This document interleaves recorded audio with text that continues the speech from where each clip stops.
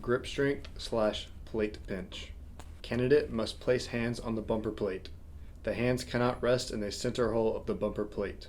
Candidate may use chalk to maintain grip but cannot use any other aids to complete the test.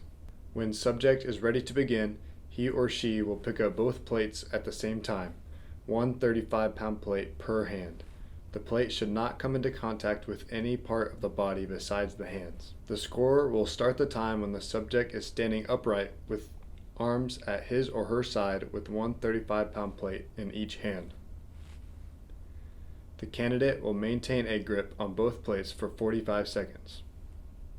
The candidate will stand still for the entirety of the test and may not drop the plates once they have been picked up. If either plate touches the ground before the candidate reaches 45 seconds, this is considered a failed attempt. Bicep curl, 45-pound metronome, 60 beats per minute. Starting position. Stand straight with feet in a neutral or in a tandem position. Grasp the easy curl bar with a neutral grip. Hands slightly wider than shoulders and palms facing up. Elbows at your sides, the bar resting on your thighs. First movement. Bend at both elbows, raising the barbell up towards shoulders. Do not let your elbows move away from your sides. Second movement. Straighten at both elbows, lowering the barbell back to your thighs. 1 repetition equals an upward and downward movement. Repeat bicep curl movement in cadence, 60 beats per minute to the limit of muscular endurance, or second up, no rest, 1 second down, no rest. If movements are not continuously in cadence with the metronome for 2 or more repetitions, we will terminate the test. Goal of this event is to complete as many correct repetitions as possible without rest. There is no authorized rest position for this test. Barbell bench press 5 rep max. The barbell bench press consists of 3 phases: preparatory, downward movement, and upward movement. Preparatory phase. Lie on the bench with your back so your head is underneath the barbell. Place your feet on the floor.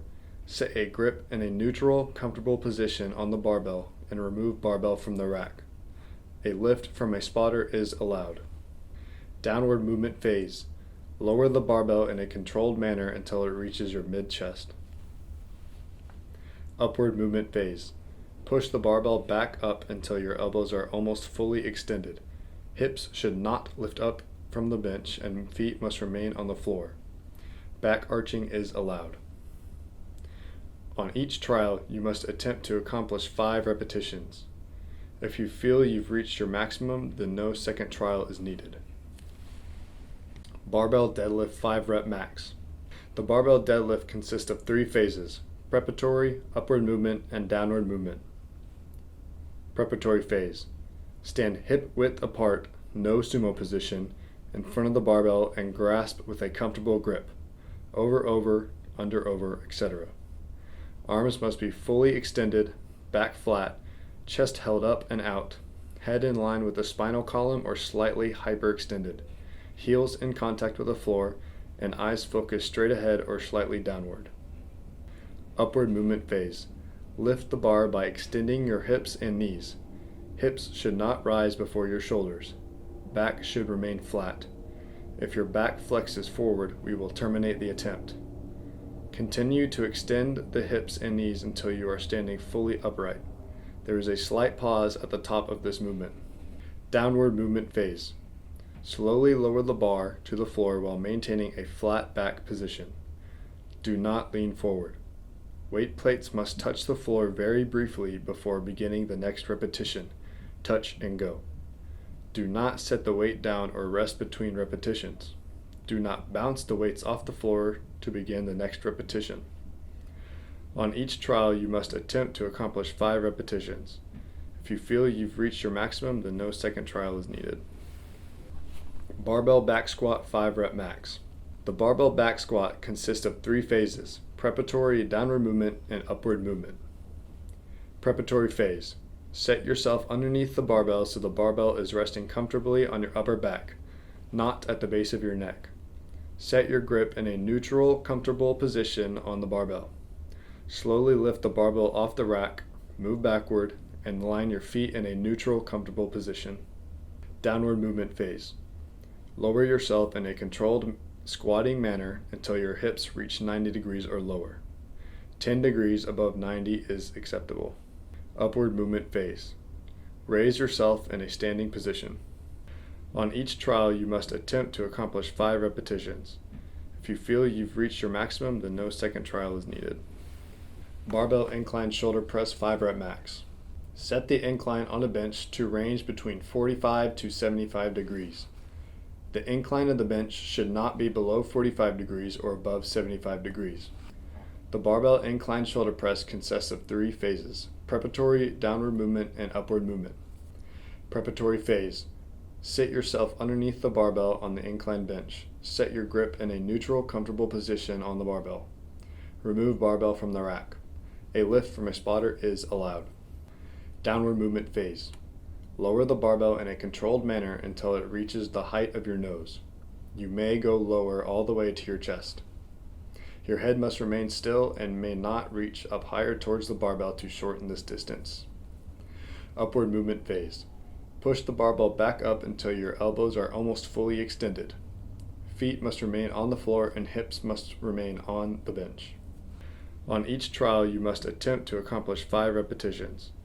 If you feel you've reached your maximum, then no second trial is needed. Barbell carry 95 pounds. Prior to start, you may lift the bar to familiarize yourself with the weight, then return them to the start position on the ground. Start position. You will stand with the barbell on one side at the starting line. Once you've been instructed, you may lift up the bar and begin carrying it forward.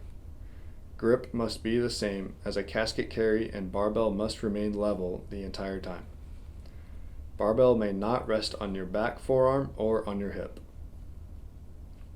You must carry the barbell as far as you can without losing form or until you reach the 100-yard marker. If you drop the barbell, the test is terminated and your distance is measured. No running is permitted. Forearm plank. Lie face down with your forearms on the floor and your elbows directly beneath your shoulders. Keep your feet flexed with the bottoms of your toes on the floor. Rise up on your toes so that only your forearms and toes touch the floor. Your body should hover a few inches off the floor in a straight line from shoulders to feet. Draw your navel toward the spine and tighten your buttocks. Look at the floor and keep your head in a neutral position and breathe normally.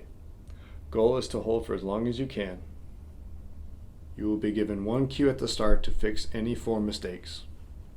After that, you will only be given 1 warning to fix your form. A second warning means the test will be terminated. Row ergometer 500 meters. Sit in the ergometer ready to start a single distance 500 meter test.